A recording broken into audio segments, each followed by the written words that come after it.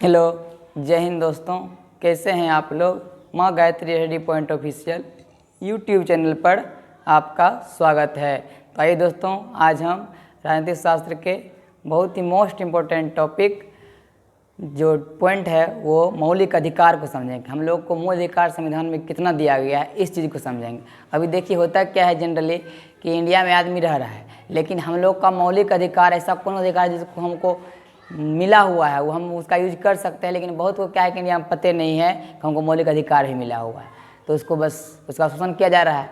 इस चीज़ को जानना यानी कि इंडिया में किसको मतलब हम लोग को कौन सा मौलिक अधिकार हमको मिला हुआ है, कौन सा फंडामेंटल राइट हमको मिला हुआ है, उसके विषय में जानना बहुत जरूरी है।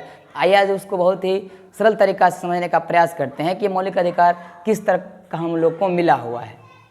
तो ये इसका पहला जो पॉइंट है कि आखिर ये मौलिक अधिकार शब्द आया कहाँ से। तो कहा गया है, यहाँ देखिए लिखा है कि इसे मतलब किसे, मौलिक अधिकार शब्द को संयुक्त राज्य अमेरिका के संविधान से लिया गया है। यानी कि अब देखिए हम लोग के देश में जब संविधान बना तो उससे पहले अमेरिका में संविधान बन चुका था, उसके संविधान में मौलिक अधिकार का वर्णन किया गया, तो उसी के टॉपिक से इंडिया के संविधान में भी मौलिक अधिकार शब्द को जोड़ा गया है।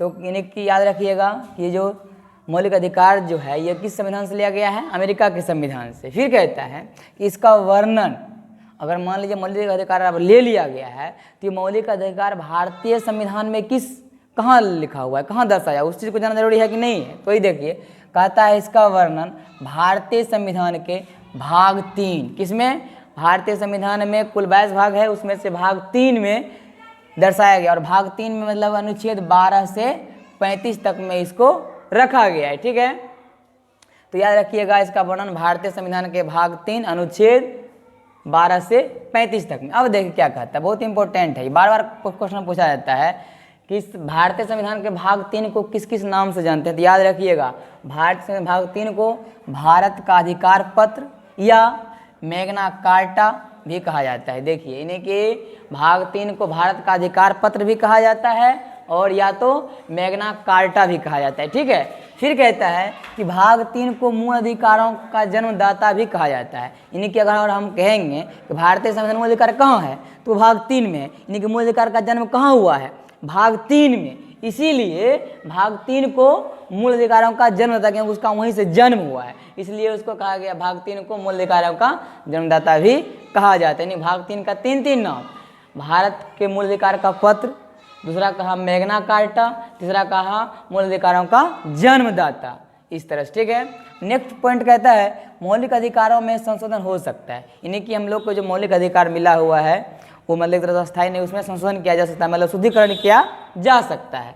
जैसे अब शुद्धिकरण कब होता है तो कहा गया, एक बार और नोट में ध्यान दीजिएगा, कहता है राष्ट्रीय आपात के दौरान, मतलब जब नेशनल इमरजेंसी लागू हो जाता है, और ये नेशनल इमरजेंसी राष्ट्रीय आपात भारतीय संविधान का अनुच्छेद 352 में दर्शाया हुआ है, उसके तहत यानी कि जीवन एवं व्यक्तिगत स्वतंत्रता के अधिकार को छोड़कर अन्य मौलिक अधिकारों को स्थगित किया जा सकता है। क्योंकि पूरे राष्ट्र में सोच लीजिए कि आपातकाल की स्थिति आ गई है, अब उस स्थिति में यदि हम कहें कि नहीं हमारा सब अधिकार हमको चाहिए ही चाहिए तो फिर दिक्कत हो जाएगी। इसलिए जीवन और व्यक्तिगत जो स्वतंत्रता है उसको छोड़ करके, यानी कि जीवन जीने का अधिकार उस समय भी रहेगा, ऐसा नहीं कब मान लीजिए जीवन जीने के अधिकार को छीन लेगा, उसको नहीं छीन सकता है वो, चाहे आपातकाल आ जाए कोनो काल आ जाए। ठीक है, उसको नहीं छीन सकता। इसीलिए कहा कि जीवन एवं व्यक्तिगत स्वतंत्रता अधिकार को छोड़ करके बाकी सभी अधिकार को मतलब छीन नहीं सकता है, सिर्फ जब तक आपातकाल लागू रहेगा, इमरजेंसी लागू रहेगी, तब तक उसको स्थगित किया जाएगा, फिर वो ठीक नॉर्मल हो जाएगा तो हम लोग का अधिकार भी फिर नॉर्मल हो जाएगा, ये ध्यान रखिएगा।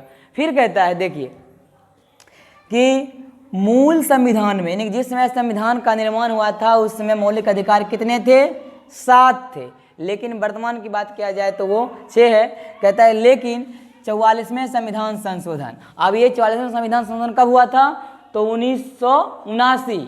ठीक है, कहता है उसके द्वारा संपत्ति के अधिकार, संपत्ति का अधिकार पहले किसमें था, मूल अधिकार में था, लेकिन अब उसको उससे निकाल करके मौलिक अधिकार से हटा करके अनुच्छेद 301 के अंतर्गत कानूनी अधिकार है, मतलब उसमें भी अधिकार लेकिन अब कानूनी रूप से अधिकार है। अब मेरे पास कितना संपत्ति है, उसका कितना ढंग से हमको टैक्स देना है, इनकम टैक्स, ठीक है, आयकर, तो वो उसके हिसाब से का वो एक कानूनी अधिकार हो गया। उस पर सरकार का कानून लागू हो जाएगा कि आप इस ढंग से इतना संपत्ति है तो आपको इतना कर देना पड़ेगा। आपको ये मूल अधिकार नहीं है कि आप इतना संपत्ति राइट अपना मन से इस तरह से रख सकते हैं, ठीक है। तो क्या किया गया, यानी कि एक मौलिक अधिकार को हटा लिया गया, वो कौन सा था, संपत्ति के अधिकार को हटाकर उसको कानूनी अधिकार अनुच्छेद 300A में जोड़ दिया गया।